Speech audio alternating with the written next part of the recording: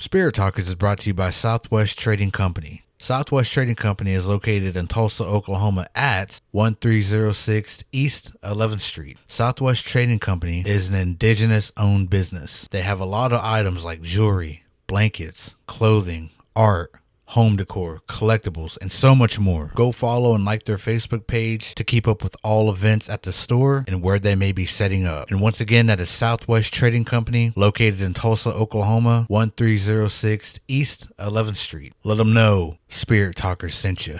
This podcast is brought to you by Native Co. Bead and Supply, a Native-owned and operated craft supply store, founded to give Native artists a way to craft and sustain their creative minds in helping everyone create indigenously. You can shop online at nativecobeadsupply.com or in store at 520 West 12th Street, Ada, Oklahoma, and let them know Spirit Talkers sent you.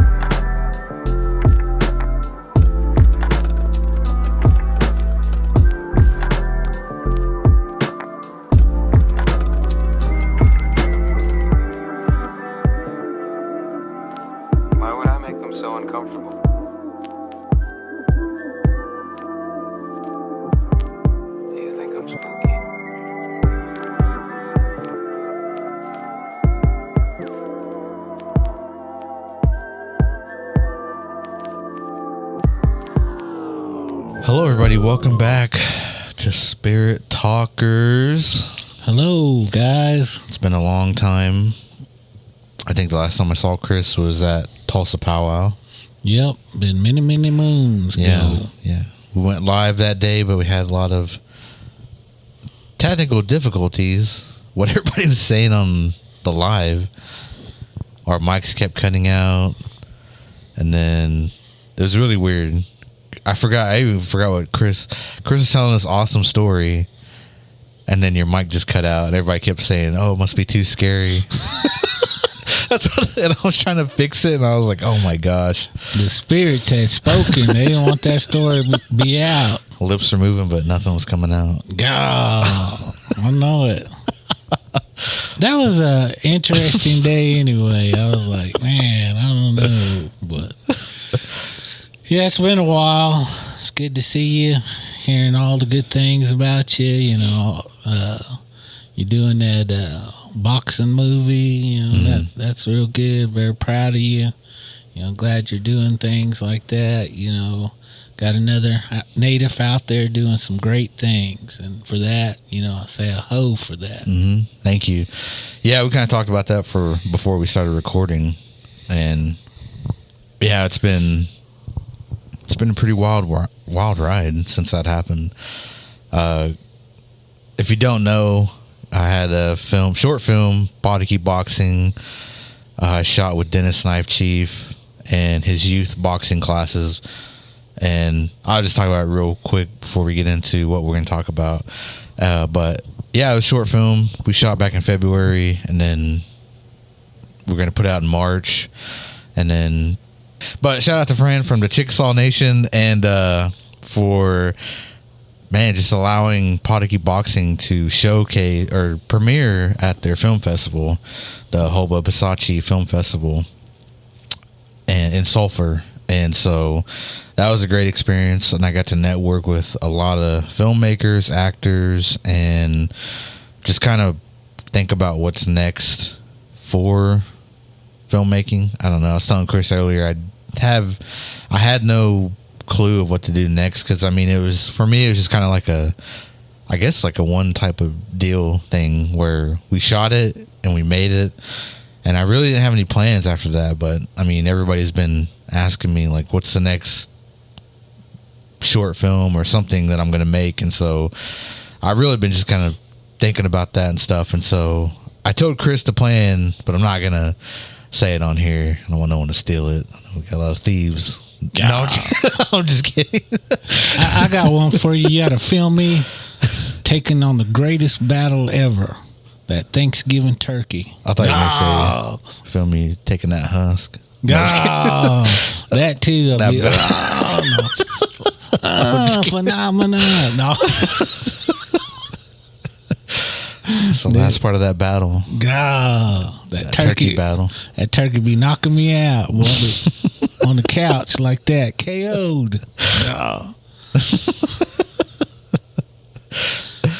Oh, but yeah, I mean, I told Chris like plans of the next thing, and so it'll be a secret until probably start releasing promo stuff, because I want to go back to that film festival.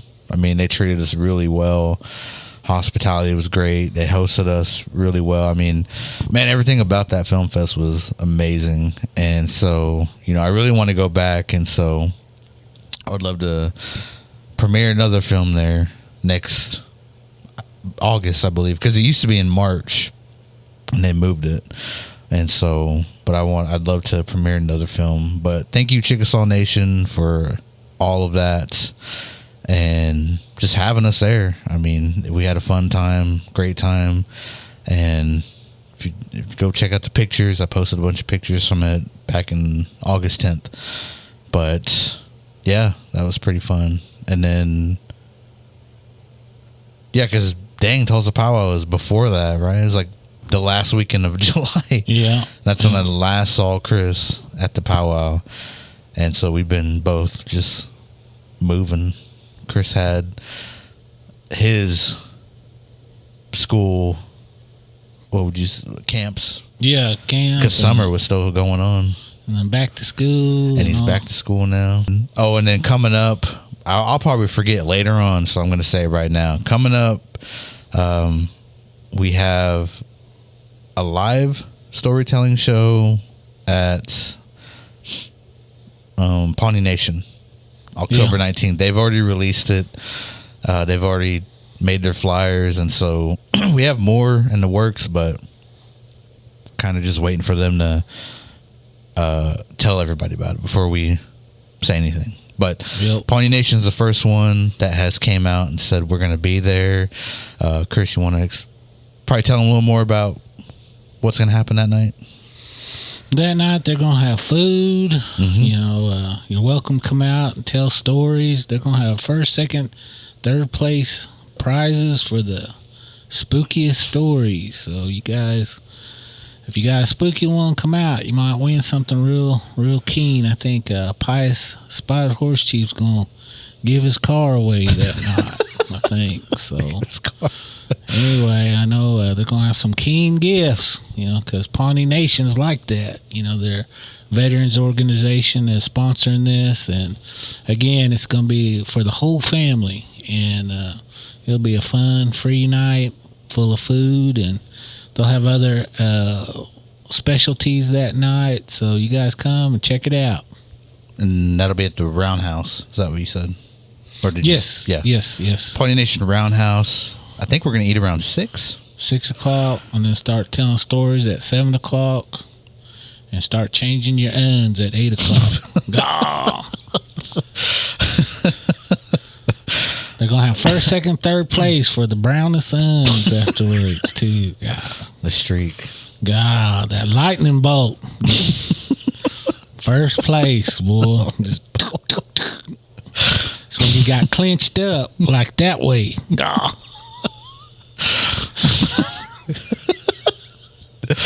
Chris is on it today.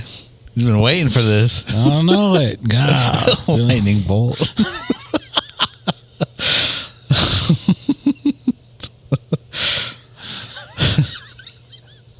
Having that storm. God. That lightning show. But yeah, everybody come October 19th, Pawnee Nation Roundhouse, win a prize, bring your best story. We were there a couple years ago, I think. Yeah. Because we didn't go last year. We had some stuff going on, but and then yeah, we were there a couple years ago, and it was pretty fun. We had a huge ghost tour. Had a bunch of people there for that, so that was pretty interesting. That's where you caught that thingamajigger going around and around. I forget what they call merry-go-round. Yeah. Merry-go-round. And those swings were... Well, it was crazy because, like, 2 of those swings were swinging, but the one in the middle wasn't. Yep. It was still, and then those 2 were, like... I mean, they weren't even going at the same time. They were oppositely going. And so, yeah, we saw that. I saw that. I got it on video. And it was pretty cool. But I think this one will be a lot bigger. I mean, I saw the shares we got already. It was like 70 shares. Dang. Yeah, on the veterans page. Like, there were so many people that shared it, and everybody's ready to come out to Pawnee Nation. So, Pawnee Nation, everybody, Google it. Just Google Pawnee Nation. You'll find the roundhouse, and then... They're going to have a famous cook, too, fix the meal. So, you guys come out just for the meal itself. It's going to be pretty good. Yeah. Autumn Star Catering. That's who it is. That's the famous cook. That's right. Autumn Star Catering will be... She's going to make that traditional meal, that traditional Pawnee meal. Mm-hmm. That old way. Yep. That. Yep. Come on out and eat. Free meal. Free entertainment. What else could you ask for? That's right. Some prizes. Come on now. Yep. Can't beat that. But now we're not responsible for you to, if you get too spooked and can't drive home either. So, God. Stay the night at that playground. God. Where I saw that stuff happen. Hear that screaming around out there in that dark like that. Like that way. God. But... So a little different setup here. We're not gonna video like these episodes coming up because, man, I have a lot of work I have to catch up on, and then I have to clear up a lot of space on my computer. Dang, I would need to buy another terabyte, but man, it's pushing it, man. So what is that? So it's like the memory space you have. Like, I already have a terabyte on my computer back there, but that sounds like a dinosaur. I'm gonna get a terabyte. It's like gigabytes, terabytes. That's kind of the setup we're doing right now. I mean, it's just kind of like, you know, we want to push out episodes because, I mean, it's tough, man. It's tough when you have like a lot of scheduling conflicts, and I mean, it's just a lot going on between us, like separately, and then. But it's cool that we're getting booked together for Spirit Talkers too. And so, but yeah, just to make a lot of time for us individually, because fall is crazy. Fall is like really busy for both of us. And then I also have language classes I got to start up with too. So, I mean, it's just like fall is like really busy. But so the plan today, we're going to start off with the state of Alabama. That's right. I know we've been asking, from our listeners, different places in their area, places to go and check out, places to visit, and so this is why, I mentioned to Russell, I said, let's just start talking about these different states, and maybe, we can give some information about what's in these different states, what to go look for if you're in that area, because I know Halloween, everybody usually goes and, tries to find something spooky, and then come summertime, everybody's on vacation, so they're looking for something to do. And to me, the funnest thing to do is go out there and, look for these things sometimes, but, give you just a little bit of information about these different places.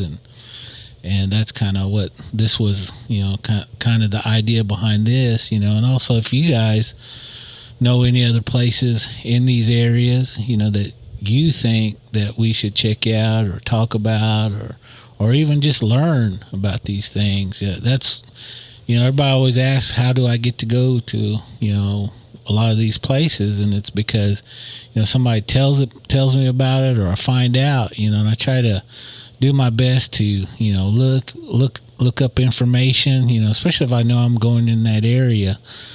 I'll try to look at different places to go visit so I can say I was there. I counted coup on that cryptid or whatever. So, we look at these kind of things, and that's kind of why, I said, well, let's go ahead and just start talking about these things. Might jog everybody's memory, and maybe we'll get floods of emails or texts about these different areas. So in Alabama was the first one I wanted to kind of start off, because my Muskogee people come from Alabama, Georgia, and Florida area. So for me, those states are real popular because that's our home country. And Alabama is one of the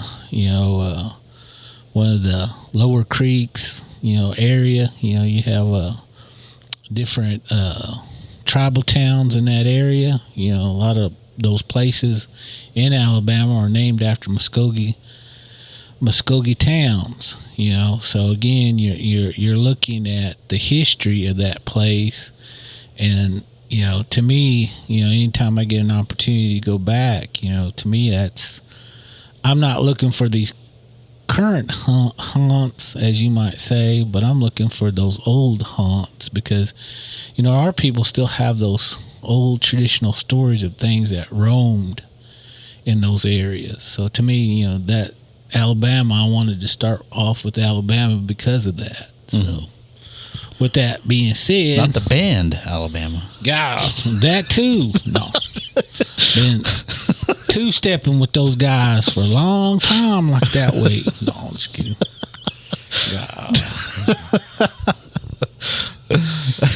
But one of the places that they named was the Maple Hill Cemetery. One of the most well-known haunted places to visit in Huntsville. Maple Hill Cemetery is sure to give you some interesting visits. It was founded in 1822. It is the oldest and largest burial ground in the state.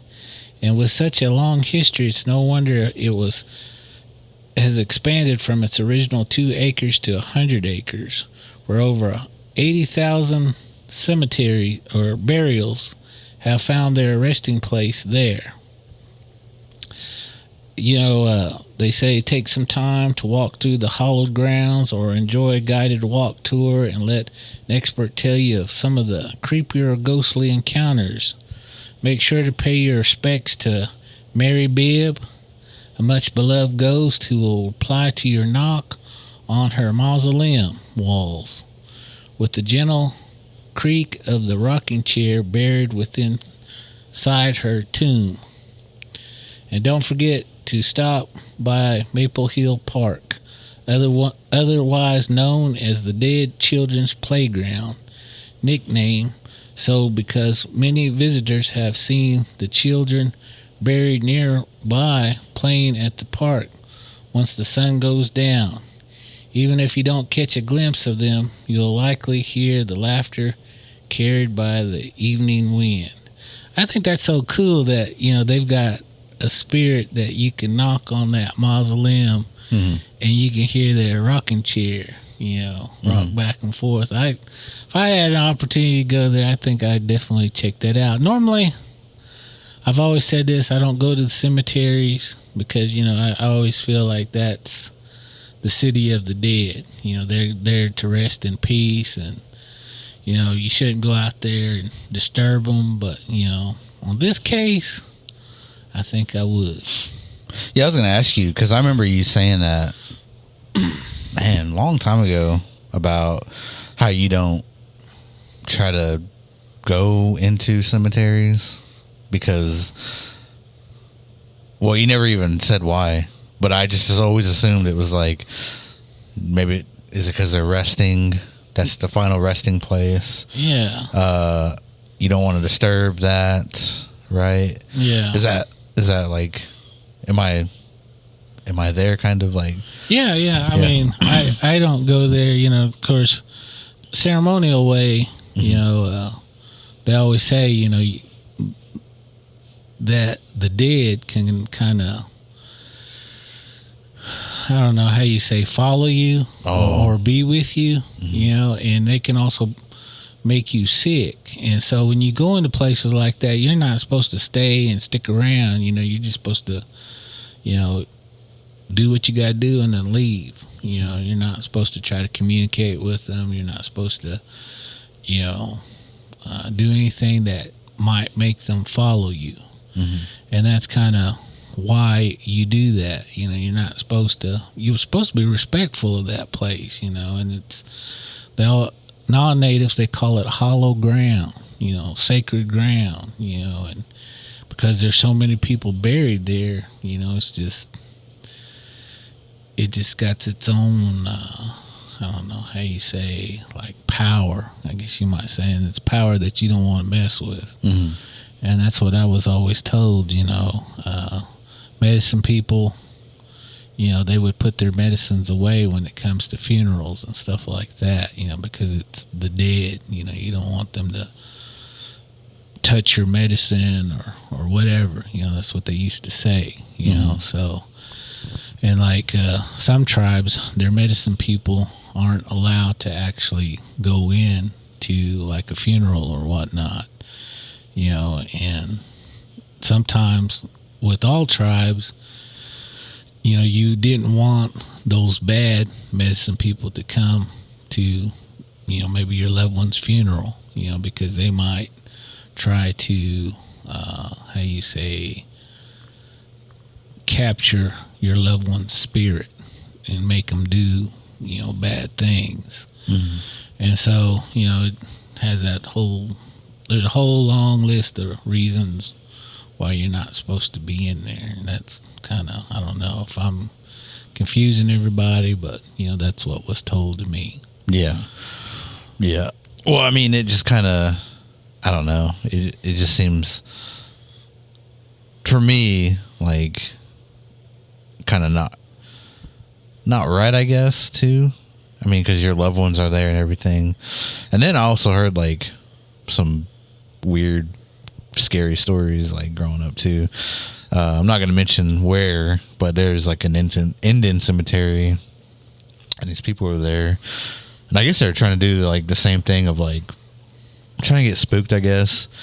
And so they said they're just out there, out and about, and all of a sudden they had this flashlight. I mean, it's back in the day too. We didn't have LED lights. They just had the yellow flashlight. And so real, you know, not top of the line flashlight, but they're just out there. And they said, like, when they flashed that light to their right or left, I can't remember, but they flashed it and, like, they got to this headstone, and they said, like, there was this, like, almost like skeleton, like, peeking behind that headstone. And then when they went back to it, it was gone. But everybody saw that when that flight, like, went through, like, the area of where those headstones were. And on that one, it was just kind of like this. It looked like a skeleton, like, peeking over at them.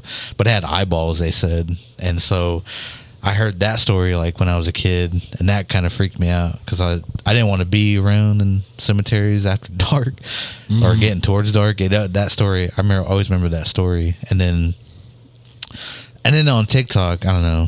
I remember when TikTok first came out, and they had this almost like an infrared kind of app for your camera, and people being people, they'd go out to the cemetery and they just scroll through the cemetery, like, walking around with that camera app. And there's a few of them that caught, like, people on there, but, like, there was nobody there, like, really, but it was on that app, and they were just walking, like, throughout the cemetery and stuff. And so there was a lot of that happening in cemeteries, and then it made everybody else do it. Yeah, that, like, few videos that happened, then everybody started going to their cemeteries and putting that app on in the cemeteries and seeing if they could catch anything. And so, I mean, yeah, it was just, that's, like, what I have seen with things blowing up, you know, besides the bathroom. But but you know, the thing about it, you know, a lot of tribes, they have different I don't know how you say things that they do or they don't do when they go into cemeteries. You know, I know a lot of tribes, they always say, you know, if you walk across somebody's grave, you know, whether accidentally or you did it on purpose, you know, you'll start having like leg problems with your legs, and that's those spirits, they're getting to you, and you'll end up eventually losing your legs, you know, and if you don't have that taken care of. And then some will say, you know, if you in there and you're being disrespectful, you know, those things will come and visit you. And then some tribes, they have guardians of those cemeteries, you know, their old ancient burial plots.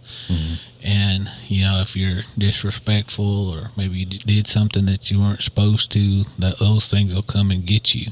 Wow. And so, you know, like I said, you know, there's 1,000, you know, from all these different tribes, they all got different, I don't know how you say, like etiquette when you go out to cemeteries, you know. And to me, it's just, like I said, you know, to me, it's just not worth, you know, having to deal with all that stuff. I'll just go out there for funeral and that's it. You know, I'm out, you know. And, you know, some tribes, they say, you know, you have to wash off, you know, after leaving, you know, the cemetery, you know, because again, you know, those things can bring you sickness, you know.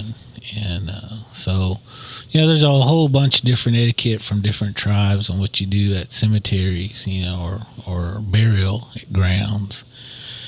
You know, and I know, like today, you know, I know people go out there just to do ceremonies. I'm like, what kind of ceremony are you doing out there? You know, and of course, they're always trying to communicate with the dead, or, you know, trying to witch somebody, or, you know, which, you know, I don't know. But, you know, again, you know, I know people like going out to cemeteries. I normally don't, you know, unless like this one, I would like to go just to check it out, just to see. This one would you go to? Huh? This one would you go to? Yeah, I know it. I know, just to see if we could catch that rocking chair move or hear it. You know, and that one with the children part, you know, too, you know, that's kind of common too, you know.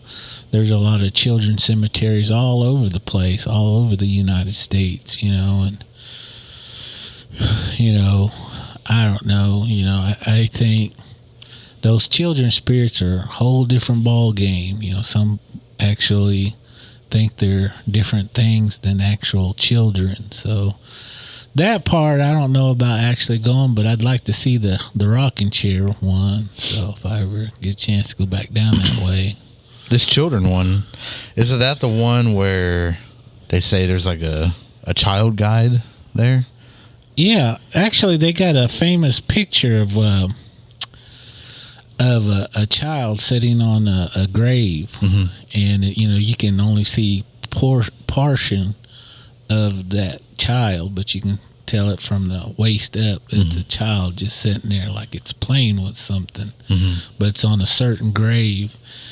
And I guess it's a famous picture that it's everywhere. So again, that's the place.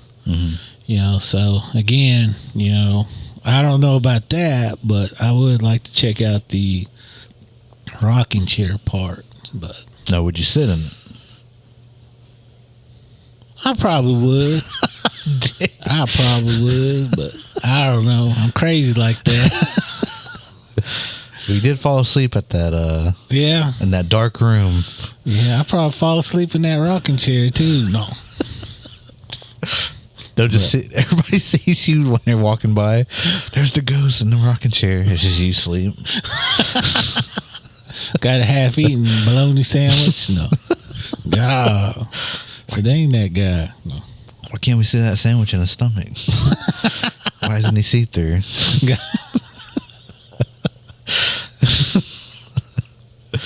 Be like those old cartoons where he's drinking that drink. And he's squirting out everywhere. He's got an LA hat on. Dang it. New era. Go. The other place they call the Jameson Center. This is the one that I think you got some stories about that too. You They say this place you're sure to get your fill of disembodied voices, suddenly slamming doors, and the sounds of footsteps. If you're brave enough to explore the Jameson Center, also commonly known as the Old Bryce Hospital, if there are any haunted places in Alabama that will give you the creeps, this abandoned mental health facility is sure to be it. Even if you don't believe in paranormal, this place will make you believe. The now building was first built during the segregation era and masqueraded as an insane asylum, where able-bodied African Americans who had been admitted into the hospital were forced into slave labor to work the fields around the hospital. It stayed open until 1977, when it was closed due to desegregation laws. The year of abuse and inhumane living conditions the patients suffered are sure to have left many angry souls. Out of all the abandoned places in Alabama, this may be the scariest of them all. The Jameson, Alabama is located between Birmingham and Montgomery. Mm-hmm. So again, this is they've got a lot of stories about this place, and I know you might have a story about that place too, but they are always saying that this place is super, super active. I hear all the ghost hunting organizations, they all want to go here and check it out because of the activity.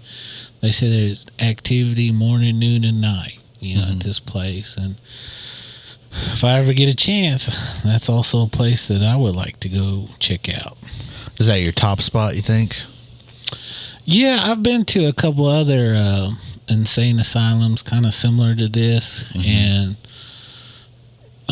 I had activity, but not like what I wanted, I guess, because like you see ghost adventures go to these places and things are just floating through the air, and they're running down the hallway screaming, running out of the building. And I don't know if I'm just too goofy and I don't know any better, or, I've been at some of these same places, and I've had activity, but nothing like what you see on TV. And I guess that's kind of what I'm wanting. I'm wanting to go running out of a building going, no.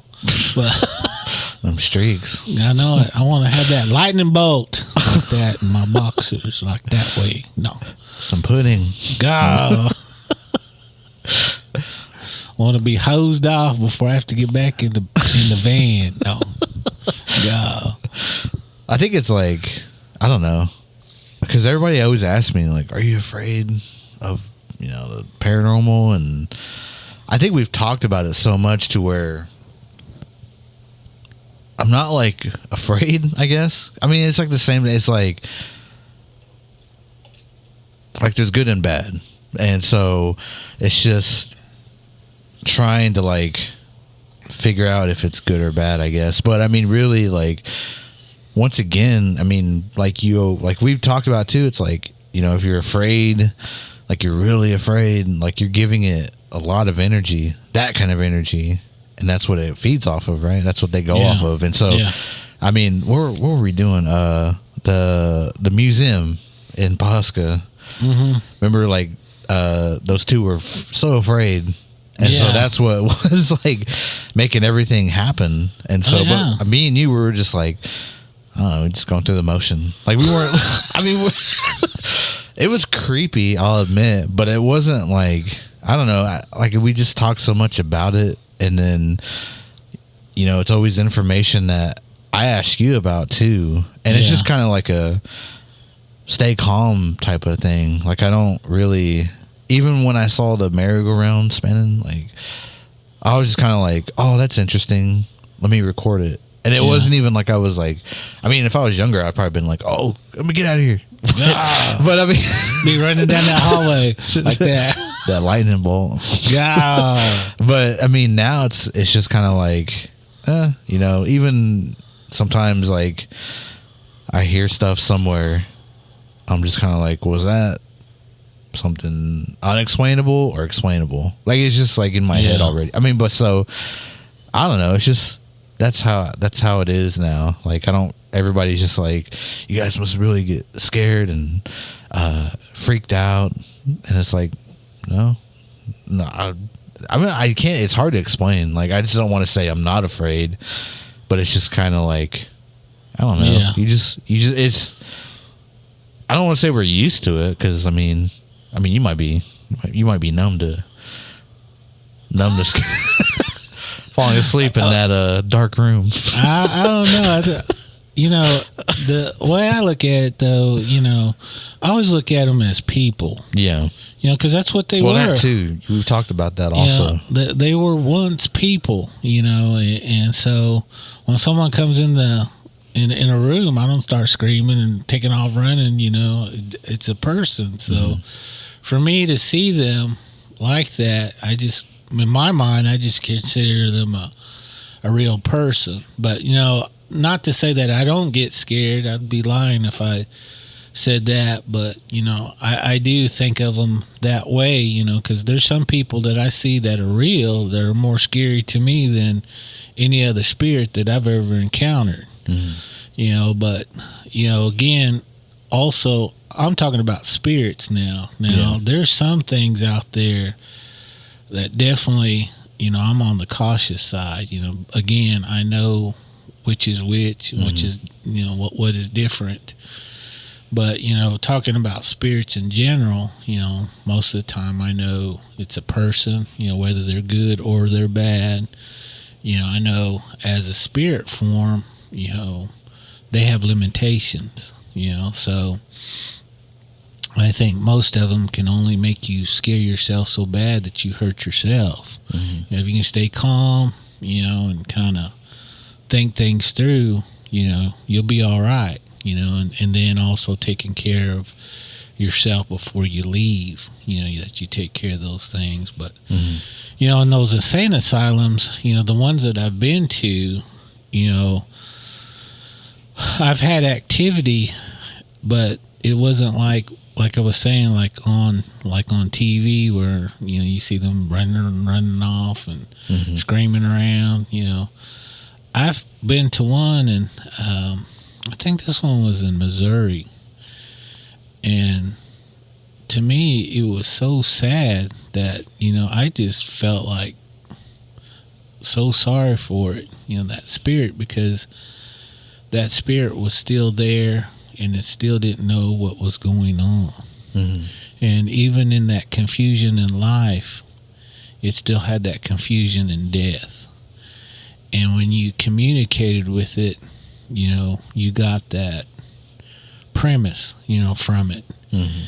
And to me, that was, you know, I would have to say that was the saddest thing, because they were sent there because they had no other place to take care of them, and they were very mistreated. And so again, you know, I don't know if I have a different perspective, because, you know, like I said, I see these ghost shows on TV, and, you know, they'll talk about how horrible these, you know, ghosts are, and, you know, they, how do you say it? They dehumanize them, you know. But I look at this as a real person. You know, and I don't think any person, whether they're crazy or not crazy, or, you know, mentally disturbed, or however you want to say it, you know, I think, you know, they need to be treated like a human, you know, be treated right, you know, and unfortunately, a lot of times in these places, they're overworked and underfunded, you know, so a lot of this abuse happens, you know, especially you hear some of these guys, you know, they get beat up or they're mistreated, you know, in a certain way, and it's just, to me, that's more scarier than those things are. You know what I mean? So I don't know. That Assail Asylum, I would like to go, because I've heard of the activity, how talkative these spirits are, and how active they are. And I think that would be cool to go and experience, something like that. Maybe get more information on what happens to you after death. True. Yeah. It'd be a good one. I'd be interested too. I might leave you there. Yeah. Get so scared after that big rant I did about not being scared. Well, sleep, Chris. Most of those places, they all have ghost tours, and that's another thing too. Those ghost tours, it's hard to catch stuff too because you got so many people walking around, and making noise and talking, and to me it's hard to do a true ghost investigation when it's just maybe a handful. Yeah. And to get a true experience out of that. But I was told this place, it's just so active that it doesn't matter. You're going to get you're going to get something out of it. Mm-hmm. Yeah, that's good. Yeah, because ghost tours, we've been on them, and then we've been on huge ones too, and everybody's just kind of everywhere, and then the main thing is always like, it's always like when it's just us and maybe like 2 other people or 3 other people, it's like, focus, try to not be distracted and stuff like that, Yeah, and you can actually do a scientific study during those smaller groups. With a huge group, you got someone that never is quiet. Mm-hmm. What's that? What's that? Did you hear that? Blah blah blah blah. Or they're just talking, and I know you just got Mr. Showboat show up, and he's messing everything up. You can't be quiet enough to hear or to catch anything. This guy, I'm not talking about a guy in general. I'm just saying every one of these big, huge. And name them. No, just kidding. Well, since you said, no, I'm just kidding. You had to show up that way. No, I'm just kidding. But it kind of ruins those, because again, you're trying to do a scientific study. Mm-hmm. What is these things going on, and trying to either cancel it out or prove that it actually happened. You can't do that when you got people that's not listening, or they're just very disruptive. Mm-hmm. And that's what you get when those big crews come in like that. So not that I'm naming anybody, but no, just but but anyway, you run into that kind of stuff. So again, that would, to me, would be a cool place. I'd like to go check out, just because of the activity and the, like I was saying, a lot of them say I don't know how you say, the comprehension of these spirits are pretty good, mm-hmm. Pretty strong. And so if they're that coherent, man, what information you might be able to get from them might be pretty amazing. You know what I mean? Yeah.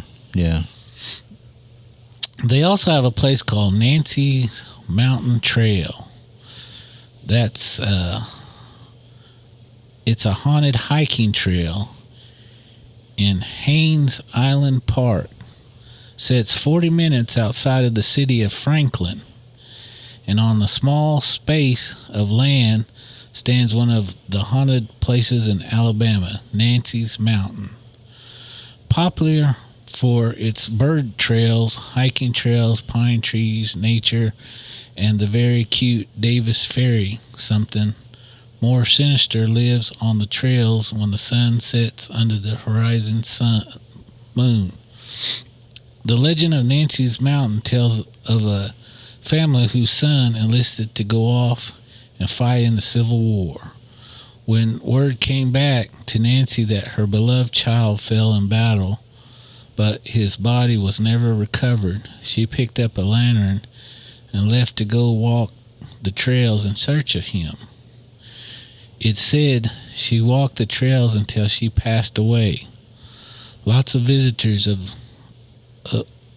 at Lookout Mountain have claimed to see a woman holding a lantern hiking the mountain to this very day. Not even death could stop her from searching for her son.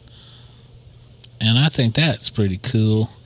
They have a lot of pictures of this trail with those lights going down that trail.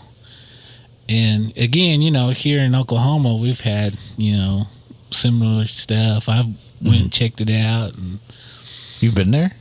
No, I haven't been that one, but I've been the one in Oklahoma. Uh-huh. But I'd like to go check it out because it's so frequently. It's not like just around Halloween or it's all year round. They see these lights in the woods, and many people have taken pictures. We've got local news, news stations that have done stories on this trail. And to me, I think this, if I got a chance to go there, I'd like to go check it out, to see if I can find those lights and get a picture, and also find out if it's, real or not, Yeah. There was a video of that, and it was just these, like, I'll say mid-20-year-olds. They're just kind of out, and then it was kind of getting dusk, I guess you would say. And so they started seeing this light, and it's that light you were talking about, but it kept flashing. Like, it would stay on and it would go, and then all of a sudden it would be lower or farther, and it would be on. And then they're like, what is that? They're saying it was a lightning bug, but they're like, it's not a lightning bug, because it's like, no lightning bug is that big, right? Yeah. And so they're like, no, it's lightning bugs. And they're like, it's not lightning bugs, dude. Like, it can't be. Like, it's one light, and it's pretty big, and it looks like it's getting closer, and it'll go away. But it was just like flashing on and on and off. I mean, on and off throughout, like, some trail they were on, and they were talking about that. And so that's what that reminded me of. And it's crazy, like, because I remember that video, and I think I may have sent it to you, but this is before, like, we even talk about this. We've even brought this up before. Yeah. I wish, like, this, I saw this maybe months ago, and so I may have sent it to you, but I know you get a lot of nasty stuff. So. Just kidding. Dang. Just kidding. No. So I scolded that. Stop. Block me. Dang it. Just kidding. But yeah, I think that would be cool to get an opportunity to go check that place out. I think, again, there's so many places around like that, like the one here in Oklahoma. They kept saying, oh, it's gas. It's some kind of natural gas. Well, myself have proven that was not natural gas. But I ain't going to say what I did. I just say I knew scientifically. Yeah. Scientifically that ain't natural gas, or it's not swamp gas or whatever, But I'll just say that much. But I'd like to go check this place out and see, Again, I've heard, they've have this story, and then they also say it's the story of the young man. He's came home and he's looking for his family. Oh, okay. And so there's several different stories that go on this hiking trail, but this is the one that that most people will refer to. But a lot of times they say it's that kid that got killed in war, and he's trying to come back home. Wow. And so I never thought of that one.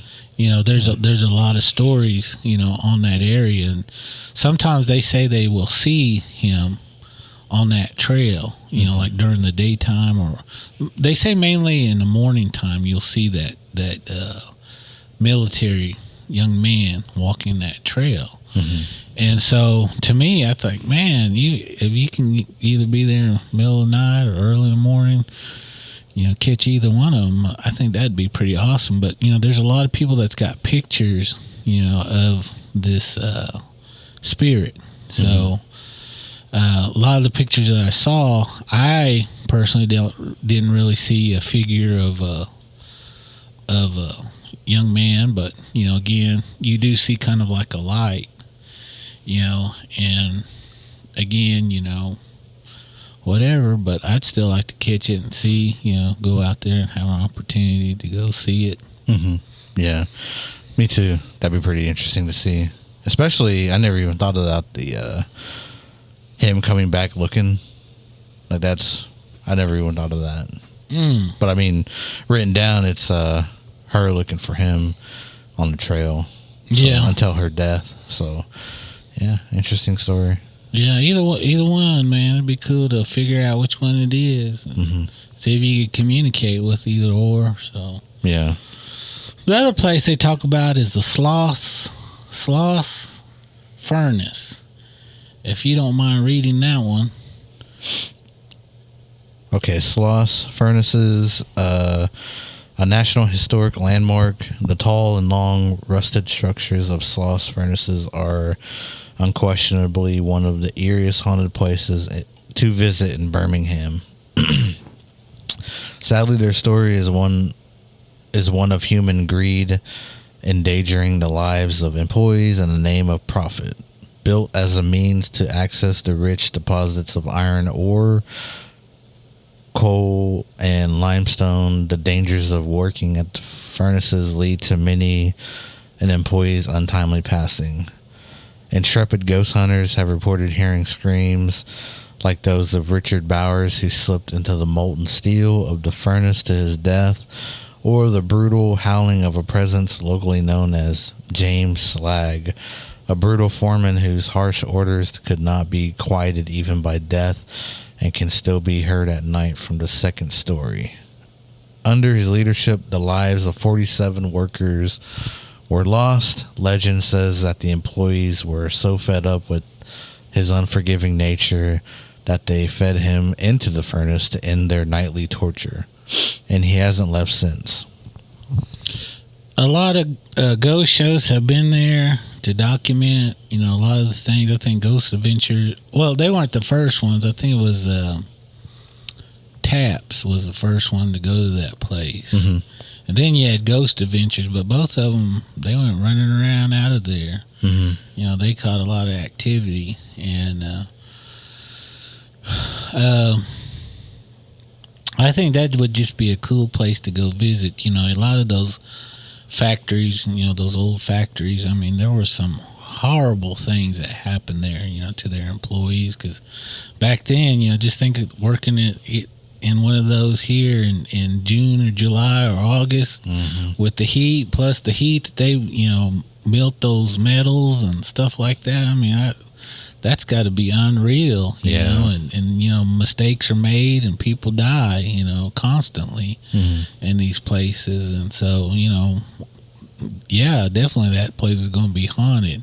And that, I think that, to me, they talk about how haunted this place is, how active it is. I mean, if I get a chance, I'd love to go there too. So if anybody wants to send us there, I'd be willing to go and check it out. Yeah.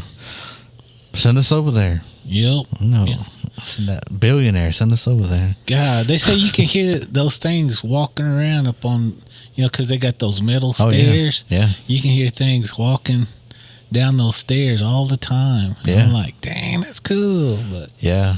Sorry that everybody that, there that died, however they died, that's a horrible thing. And, I know back then, just like we were talking about that one guy, he was just greedy. He was wanting to work those guys to death, but I would have said, you do it then. No. Yeah.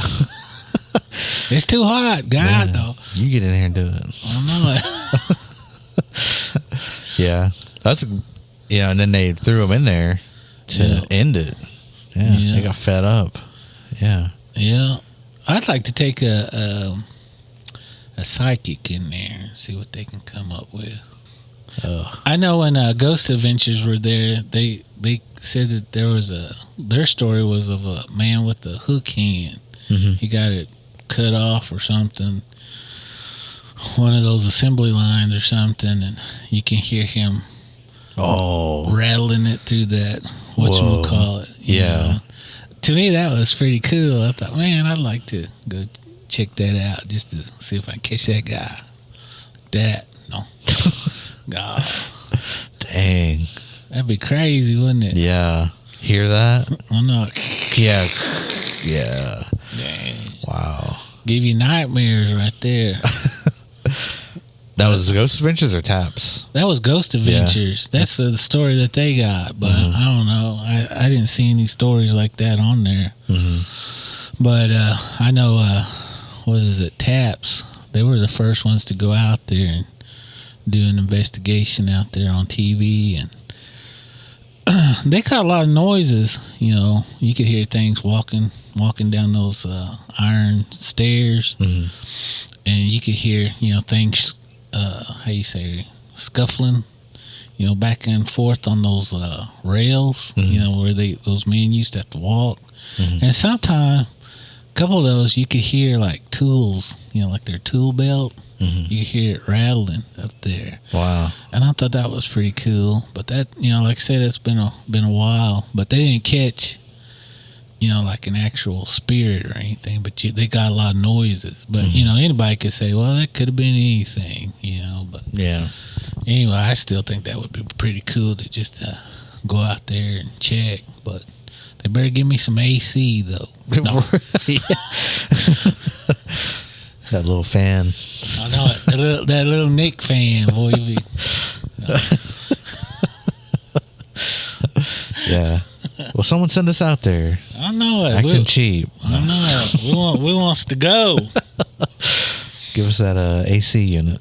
The other one is Fort Morgan. I'll let you read that one on Fort Morgan.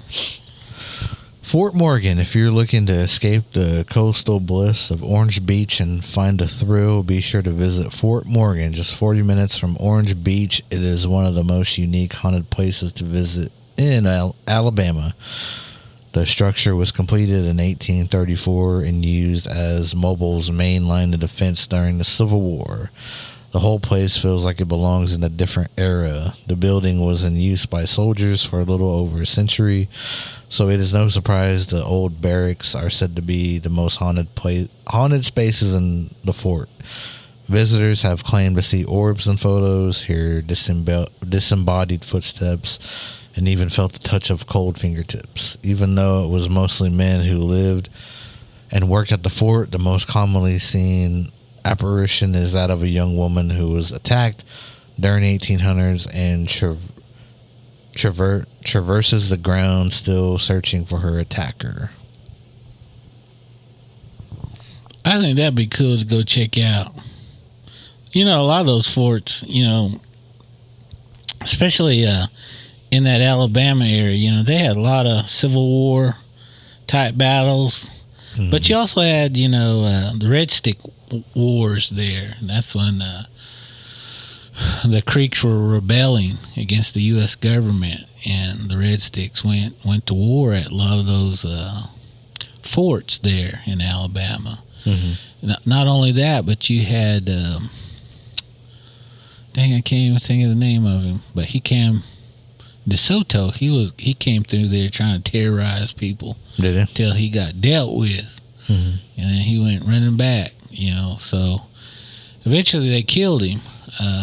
But DeSoto was also running around through Alabama and Georgia trying to beat up on people and stuff. So again, you know, that place has a lot of history, you know, and even during those Red Stick battles, you know, you had, you know, a lot of casualties, a lot of deaths, you know, just a lot of things. But you have to also remember back then they didn't just use,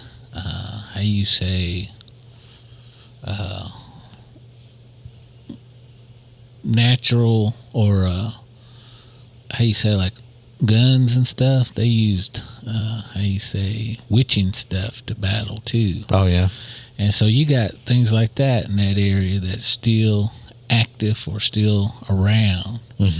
And so I think that would be kind of cool to, you know, go back and visit, especially in this area and at this fort. You know, there's probably, you know, different things that you will find in these different places, you know, like that. So true. I think that would be kind of pretty cool. It'd be our first fort to go look at. They got forts here in Oklahoma that we could go visit too. So, again, same thing. Goes there. They've stuck tribes that didn't get along at some of these forts. So you got some stuff. Going around, and I will say that there's a famous fort, and I'm just going to keep it general here in Oklahoma. And 2 tribes were forced to be in that fort, and they were mortal enemies in the old country, in their homelands. And they put them together there because they thought they would, X each other out. But, they ended up, they fought, but they ended up kind of getting along because they had one common enemy, which was the U.S. government, after they kind of settled down. But, again, you know how Indians are. They still ain't going to truly get along. So you still have, how you say, those supernatural battles going on. So yeah, I think that would be pretty cool to go visit that fort, though. It would be. Once again, send us out there. Show enough. Fly us out there. I know. Fly us out there with the M&Ms. God, the plain ones though. No, getting old, can't chew those peanut ones. Thought you went with the rapper. God, have Eminem with us. Yeah, him too. No, I'm just kidding. God, now I'm talking about those candies, those delicious, nutritious candies. Nutritious. The one they make for diabetics. No, I'm just kidding. Yeah. Alabama's got a lot of places to go visit. Again, these are just a few things that, I would like to go check out. If anybody would like to send me there, I'd be more than happy to go check it out. But we also got the St. James Hotel. I'll let you read that one, too. A luxury establishment of the finest rank, St. James Hotel is one of the oldest and longest running operating hotels in the state. That also makes it one of the oldest haunted places in Alabama. Its history entwines with plantation owners, outlaws, and the Civil War. It was the first hotel operated by a black congressman, and after years of success, it hit hard times in the late 1800s and was finally forced to close its doors. After reopening in 97, visitors claimed to see 3 routine specters that stick around the property. Famous outlaw Jesse James has been seen sporting cowboy spurs and sitting alone at the bar before heading up to his favorite room. His girlfriend and his canine companion have also stuck around. Our favorite recorded paranormal event at St. James has to be when a psychic research team was brought in, and while walking around a well-known haunted spot, they asked, "Is anyone there?" When the tape was later played back, you can clearly hear an older man's voice respond, "Well, that's a stupid question. Would you be brave enough to stay the night?" Dang, I still think that would be kind of cool, too, to go stay. I'd stay the night. I would, too. Yeah. I don't know if I could stay up all night. Actually, yeah. I don't know if I could stay awake. It's a long drive. Yeah. Posted up for 2 hours and then, I guess it's time for bed. I'll be sitting there like that. I got that big old slobber stain right on my shoulder. No. But yeah, I think that would be pretty cool to go there and check that out. Again, if you guys are in Alabama, there's tons of places to go visit. Like I said, I just picked a few. And if you guys know any more, send it to us. We definitely like to learn more and maybe even get a chance to go see some of these places. I know those are kind of the haunted places. And I know our listeners also like to listen to the cryptids in the area. Yeah. Oh, yeah. And I know a lot of you guys probably heard the Wolf Woman of Mobile. They say she's half wolf and half woman. And she's got a face of a woman and upper body of a woman. but her lower torso is a wolf, and her hands are like wolf claws.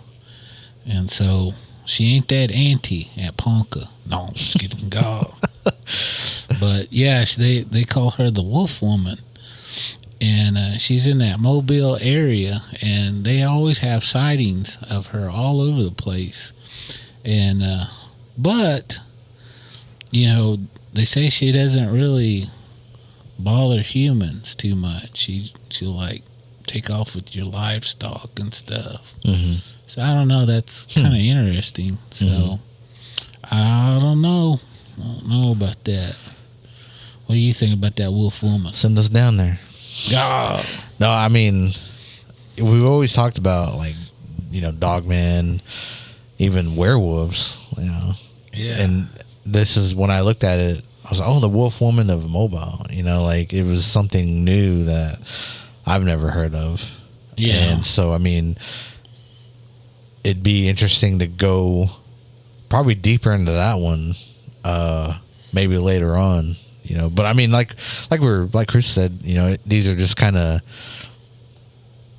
maybe interesting things to go look at if you're in Alabama. Maybe you never knew about these type of things. You know, maybe go find the Wolf Woman. You know, I'm just kidding. Don't do that. But yeah, go snag her up. No, but I mean, it's just like a little bit history, you know, and things that maybe some people don't know, and to go check out and maybe look at. I mean, so it's just interesting paranormal stuff, cryptids within the state of Alabama, you know, and it's cool to hear about these as well, because I've only heard a few of these spots, but Chris is always diving deep into everything else that goes into these states and everything. So, but I mean, that'd be pretty scary to go look for her.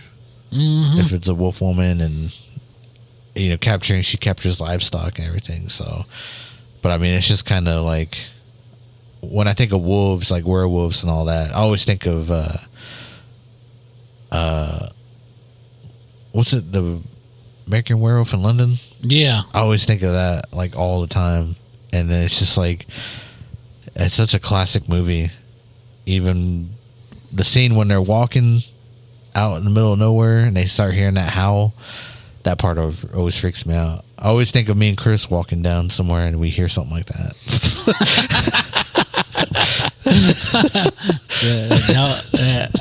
We'll be really howling.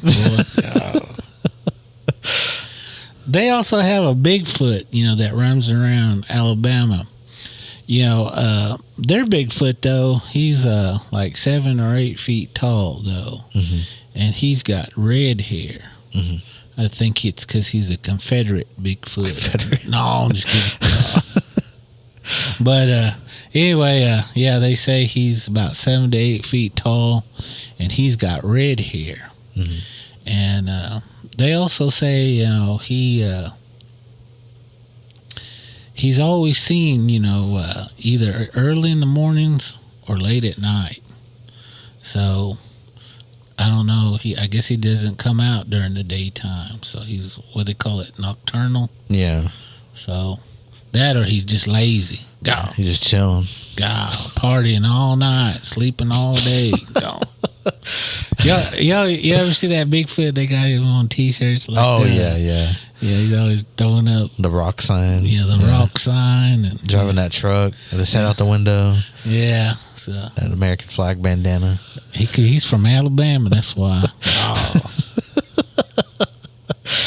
That big old monster truck. Driving it around. It's an Alabama Bigfoot, boy. Got chewing tobacco and everything. Drinking him a Pepsi. That vape. No, I was kidding. God. You know, the other thing they got down there is they call it the Alabama White Thing in Huntsville. Again, that Huntsville's got a lot of different crazy and spooky things, but you know, that white thing, they consider it more kind of like an alien. You know, they'll talk about how they see lights in the sky, and they'll see this tall figure, and they say he's real thin, He's got like long arms and long fingers, and what I think is crazy is they always say there's more than one of them, so they'll get you, and a lot of those guys got those stories of him.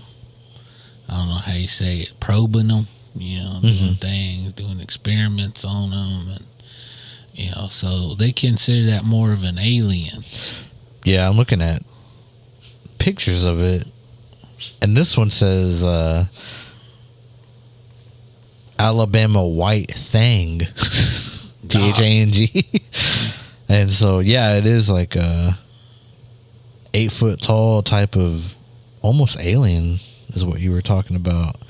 Because I've never, when I saw this, I said Alabama white thing, because I've never heard of that before. And when you said it was like an alien type of cryptid, I mean, that was interesting to me too. And so, I mean, even that too would be interesting to dive into. And I wonder how many maybe videos there are of it, or just sightings like you were talking about, pictures and stories about it. And then you bring up Huntsville and all that. So I mean, it's just, man, that'd be pretty cool to dive into. Yeah, the Alabama white thing. God, made you think of something else? No, God, but they have what they call, how you say it, Huggin' Molly of Abbeville. Yeah, Abbeville. This one, there's a lot of different stories on this Huggin' Molly. They say she's a woman in white. She's like a spirit, but she wears a long white dress. And if you're caught out after dark, she mainly haunts or terrorizes children. If you're out there, or you're doing something that you're not supposed to, they say she'll come up and she'll just grab you. And they say, of course, the kids get so scared, they take off running, and, again, they're just kind of traumatized. But then there's some that talk about that Huggin' Molly will take off with those children. So, there's several different stories about it. Again, there's different versions of it. But, again, it hangs out in that Abbeville area. And so, I don't know. To me, that's pretty crazy. But, again, some might say, it's just a story to, make your children stay straight or not stay out after dark. But, a lot of these people in these areas, they believe in this thing. It's not just children, but, it's adults. So they keep an eye on their children, making sure that they're not out when they're not supposed to, or not doing the things that they're not supposed to be doing. So I don't know. I think it'd be cool to go and see if you could capture something or proof of it, to do that. So I'm always acting up, so maybe I'll no. God. Take you away. I'm not. Hey, have Russell in that corner just waiting for her. No. God. So get her. No. God. If that's a small town or is it a big town? It's supposedly, I can't remember how many, but I think it's like a medium-sized town. Oh, yeah. So it's not real small, but it's not super big. So it's a good-sized town, I guess you might say. They also have what they call the Downey Booger. This one is seen all throughout Alabama. And again, it's a kind of a, I guess you would consider it like an LP. Oh, really? And it terrorizes and it plays tricks on people, and it does just a lot of different things. But it's a lot of them refer to it as kind of like a troll looking thing, just a small human with an ugly face.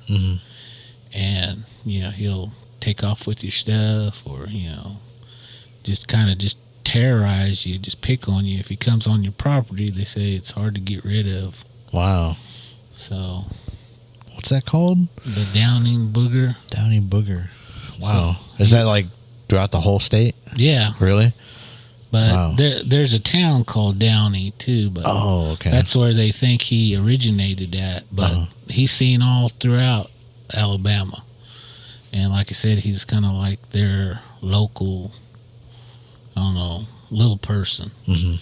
They refer to him as a short, ugly-looking man. Mm-hmm. And they say sometimes majority of them, you'll see him by bridges, stuff like that. But, if he comes on your property, he's going to terrorize you.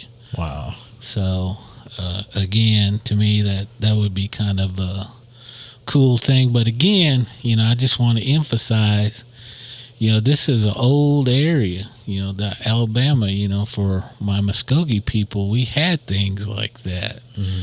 We have names for, things like this Downey Booger, and things that play tricks on you and that just terrorizes you, night and day.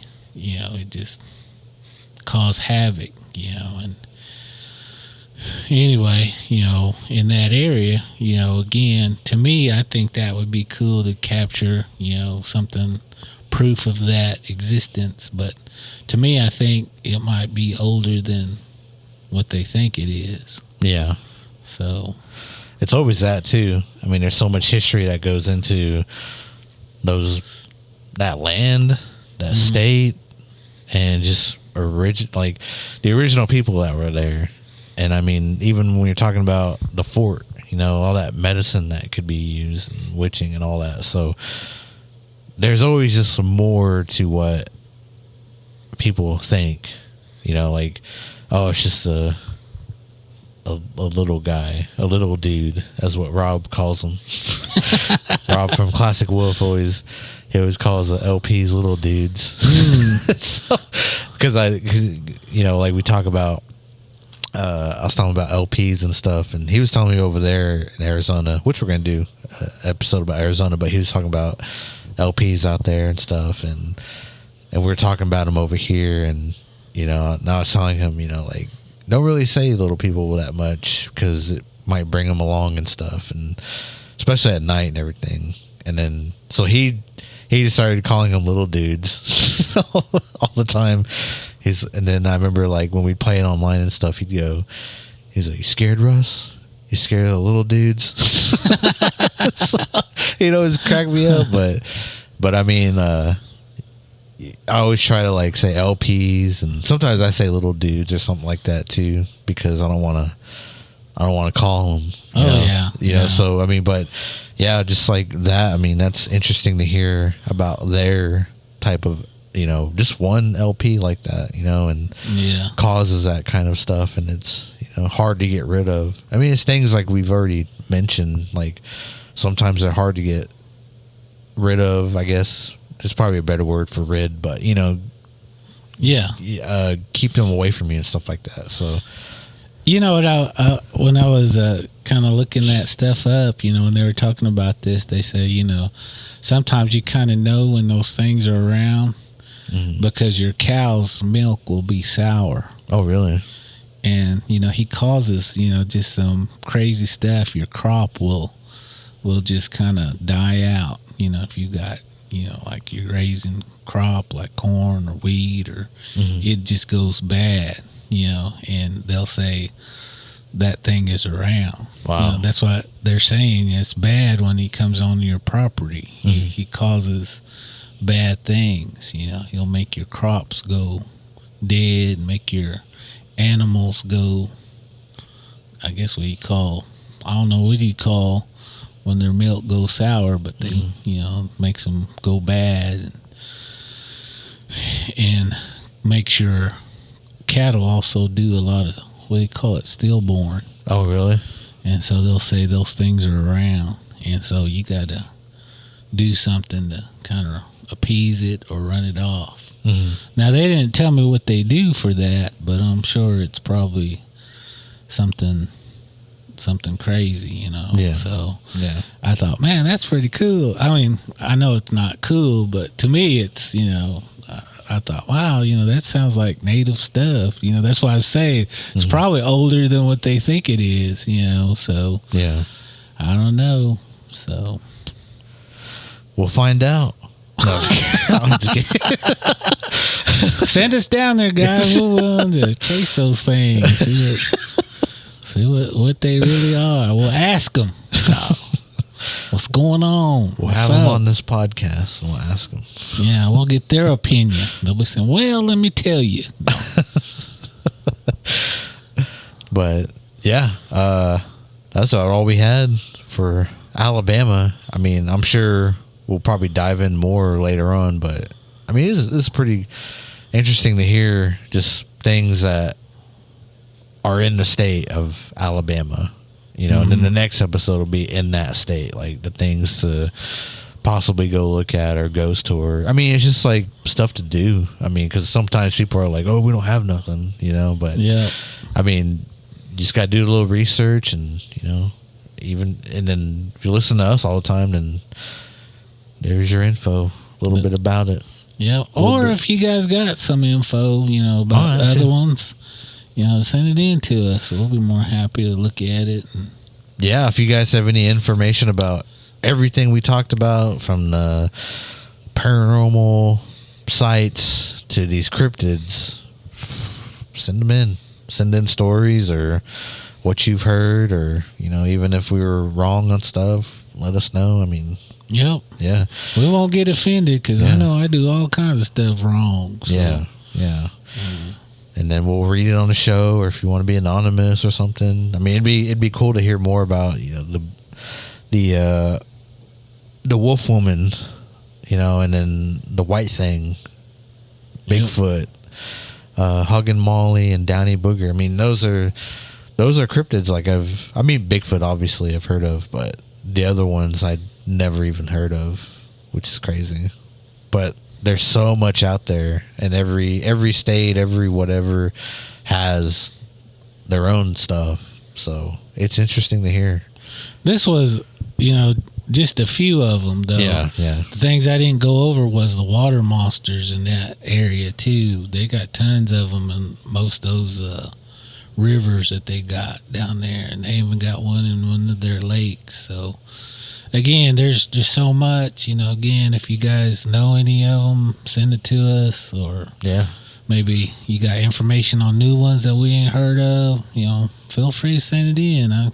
I'm always open to learn. Yeah, same here. But Chris, let them know where to follow you. Keep up with you.